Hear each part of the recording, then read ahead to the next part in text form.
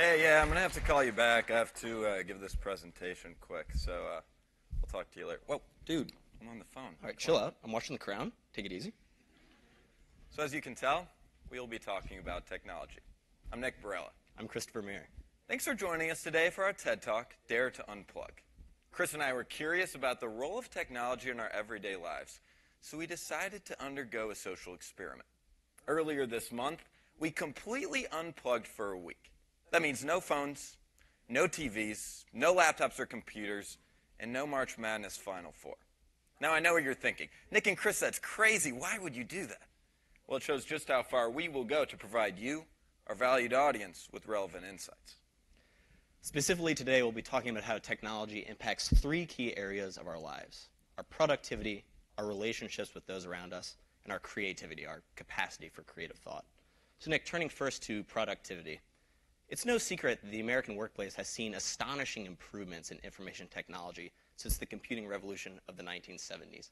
Can anyone in this room actually recall a time when offices were teeming with filing cabinets and handwritten financial statements as opposed to digifiles and email? Show of hands. Yeah. Ask these people. They will tell you we've been killing it recently. Telecommuting has created a truly mobile workforce. Big data has allowed firms to market more efficiently than ever, and customer relationship management programs have automated client service like never before. But despite these improvements, is it possible that the technological revolution has in some ways limited our productivity? Last year, Forbes found that 26% of the American workforce wastes at least 2 hours a day at work, be that on their phone, on social media, through texting, or non-work related phone calls. That's a quarter of the workday, every single day. Poof. Nielsen last year further found that the average American adult now spends 10 hours a day staring at screens. That's a number that has been on the rise every year for the last 10. So Nick, at the very least, I'd say these statistics, they're startling, they're a little concerning. But they may actually point to an altogether detrimental trend in American society. We've likely all heard the adage that you need to work smarter, not harder. We as Americans are working harder than ever, working long hours. We're burning ourselves out and changing careers frequently as we grow dissatisfied with our jobs. But we're only working so long and so hard because we're working dumber and more distracted than ever. So our week without technology backed up many of these findings. Not surprisingly, it was much easier to pay attention in class. It's amazing how tempting it can be to pull out your phone during lecture. Sometimes it almost seems involuntary. A few weeks ago, I was sitting in class, impulsively pulled out my phone, and before I knew what was happening, I was on ESPN checking the Cubs spring training score. Yes, spring training. The games didn't even count yet. What is wrong with me? Well, without technology, I felt like Bilbo freed from the ring and was a lot more active in my class discussions. This also translated over to our study habits, where Chris and I were more productive without constant interruptions from our buzzing phone. Instead of taking study breaks to watch NBA dunk highlights, I took study breaks to... Oh, that's right, I didn't take study breaks, which was kind of horrible to be honest, but definitely maximized my productivity. Say what you want about small sample sizes, but my one midterm during No Tech Week is the only time I've ever beaten the average on a finance exam. And then, additionally, Chris and I are second semester seniors, so we're basically mailing it in at this point.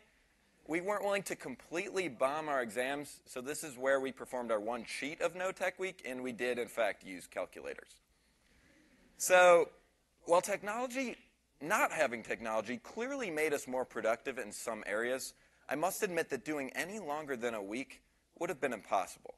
The truth is that using technology makes us exponentially more productive if we use it correctly. One example is I'm doing research within the economics department, focused on baseball valuation discrepancies. As the name suggests, it's very data intensive, and I basically had to stop everything for a week. Can you even do econometrics regressions by hand? I don't think so. If so, that would be my worst nightmare. So how then can we recapture some of that productivity without the need to overly depend on technology? First, Nick and I both think it's very helpful to try to limit multitasking. I found that when I wasn't distracted by trying to balance a Twitter feed with a spreadsheet, I was way more productive. Number two, it's particularly helpful to limit social media intake to fixed intervals throughout the day. I found that I was more focused on the real world when I was in it, and then when I had the luxury of being able to cruise Twitter or Insta, I was more into that. And finally, what Nick and I call you do you. One of the greatest joys, actually, of the week was being able to start the day by reading a newspaper, by exercising, or even meditating. And we really thought it gave us some added energy so that we started the day on the right foot. So transitioning towards relationships, technology offers some clear advantages. In 1993, anthropologist Robin Dunbar from the University of Oxford argued that an individual can maintain a maximum of 150 significant relationships at a time. Now, thanks to the advent of new technologies like Facebook, LinkedIn, and texting, it is possible to far surpass that number and nurture relationships over time and across vast distances. Unfortunately, the technological age also leaves us vulnerable to the narcissism, insecurity, and shallowness that often accompany these platforms, particularly within the social media realm. Research shows that social media use can even negatively impact our mental health. A recent study from the Royal Society for Public Health linked social media use with rising rates of depression and anxiety, rates that have risen by 70% in young people in the past 25 years. In terms of romantic relationships, technology has been a game changer, opening up new pools of dating and marriage options. In 1932, Penn sociologist James Bessard looked at 5,000 consecutive marriage licenses on file for the city of Philadelphia. The results were shocking. More than 1/3 of couples lived within 5 blocks of one another before getting married. Technology has completely removed this need for close geographic proximity. In his book, Modern Romance, comedian Aziz Ansari credits technology with prompting the shift from the companionate marriage to the soulmate marriage. And yes, I know that quoting Aziz may not be a huge boost for my credibility, but the statistics back him up. University of Chicago psychologist John Cacioppo performed a study from 2006 to 2012, in which he found that more than 1/3 of married couples met through an online dating site. So while using these sites still comes with a form of social stigma, the fact that they are driving more soulmate marriages is encouraging. Unfortunately, this encouragement should be tempered because technology appears to be hurting our chances to find that special someone in other instances. We are quicker to write off potential suitors because we can afford to be more selective, a mentality that has caused the average marriage age to continue to rise. As Ansari puts it, we carry a 24/7 singles bar in our pockets, making committing to any one person a big deal. The rise of swipe apps like Tinder, which has 50 million active users, has turned dating into a sort of game. Like, I hate to break it to any of the Tinder users in the audience, but the odds that you'll find your soulmate based off flipping through a few pictures while brushing your teeth seems kind of unlikely.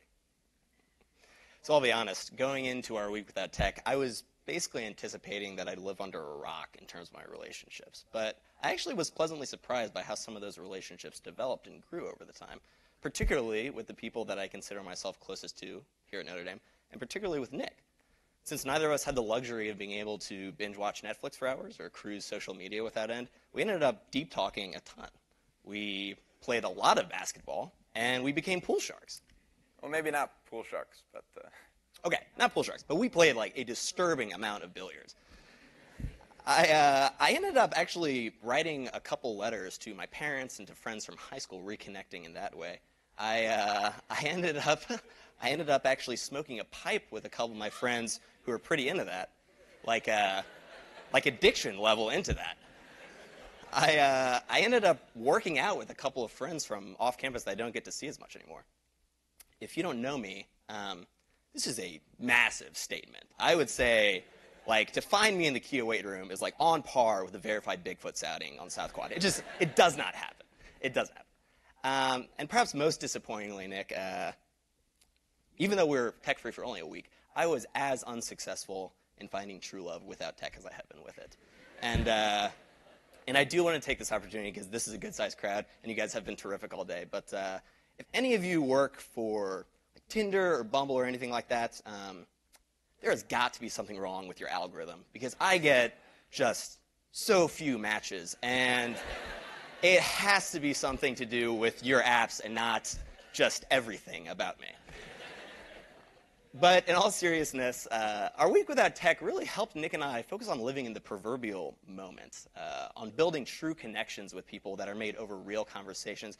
And through that, I think we both discovered that you can really focus on another individual more when you're not necessarily distracted by a buzzing phone. So here are a few quick recommendations based on our experiences during No Tech Week. First, we recommend using your phone to make plans, not build the relationship. Chris, it's okay to ask that special lady on a date without exchanging weeks upon weeks of meaningless text messages. And Chris, you can be someone's best friend in real life without being their best friend on Snapchat. Shocker. So our other recommendation is while you're in social settings, make a conscious effort to keep your phone in your pocket and engage with the people around you. Perhaps consider not wearing headphones when walking to class or work. Live in the present moment, and you'll be surprised at how much more meaningful your interactions become. So then turning finally to creativity, our capacity for creative thought. We all know that a myriad of new apps and websites has made it easier than ever to share your creation with the world around us. For the first time ever, Spotify and SoundCloud are competing with traditional record labels for the rights to share artists' music. And actually, we can see that some of these results aren't all positive. The children's publisher Scholastic, setting out to find why their readership was declining, came across some pretty startling results. In the years 2010 to 2015, the percentage of students, young students, who read for pleasure declined from 60% to 51%. For those of us millennials in the room, the 20-somethings, the way we spend our free time is changing. We don't necessarily watch as much television as do other demographics. Instead, we spend our time on our phones. In fact, Nick, the amount of time that you spend on social media on your phone today is twice that what it was 10 years ago. Scary thought. I know. Granted, that was 12-year-old Nick Burrell, but we won't worry about that. And perhaps most disappointingly, last year, Netflix officially overtook reading as the #1 way to unwind before bed. I don't know about you guys. This has only hurt my ability to get a good night's sleep because I, for one, will toss and turn all night over Identity of Gossip Girl or like how Eleven and the boys are going to make it out in this episode of Stranger Things. So ironically, while not having technology gave me more free time for creative pursuits, I also felt like my key tools for being creative were taken away.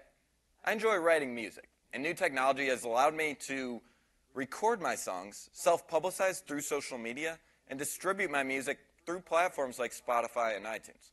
As an artist, technology has given me more agency that wasn't there 20 years ago. Without it, my music project ground to a halt. Additionally, our week without technology forced us to contemplate why we use social media. It can be tempting to fall into the do-it-for-the-insta mentality. Are we traveling to new places and experiencing new things for the sake of creative exploration or self-growth? Or so we can prove to our social media followers just how perfect our life is? I have a vivid memory from study abroad when Chris and I were on spring break in Santorini, Greece. We were on a boat cruise that was like a scene out of a movie, snorkeling in perfectly clear water, swimming in natural hot springs, and lounging on the front of the boat watching the sunset. It wasn't until the end of the trip that I noticed a group of people emerging from the interior of the boat, phones in hand, having participated in none of the aforementioned activities. And yes, I promise Chris and I are just friends and weren't on our honeymoon despite how that story sounds. So then how can we find our muse without needing to overly depend on technology? First, something that Nick and I particularly enjoyed from our tech-free week was reading before bed. We found that we were able to unwind a lot more and get a good night's sleep. Number two, let technology work for you. Use it as a tool to enhance your creativity and not necessarily confine yourself to its limitations. And number three, we'd like to issue a challenge to everyone here today. Ask yourself what it is you're most proud of. And I think you'll find it was something that you poured a lot of yourself into, not necessarily something that you liked on Facebook or shared on Pinterest. So Nick, we talked about a lot today. Very busy talk. We talked about how technology impacts our productivity, our relationships with those around us, and our creativity. That's true. So here's a quick recap of our findings. In terms of productivity, while technology offers some clear advantages, it ultimately dilutes our focus from what is important and prevents us from ever truly being present. Technology has also impacted our relationships, making it easier to meet new people and stay in touch. But we must be careful not to equivocate a multitude of shallow relationships with fewer but more meaningful ones. Finally, we can leverage technology to unlock our creative potential, but only if we are disciplined and use it correctly. Chris and I's choice to unplug really opened our eyes to just how prevalent technology is in our everyday lives. Thanks to this new perspective, we are working hard to improve our technology habits and challenge you to join us. Will you dare to unplug? Thank you. Thank you very much.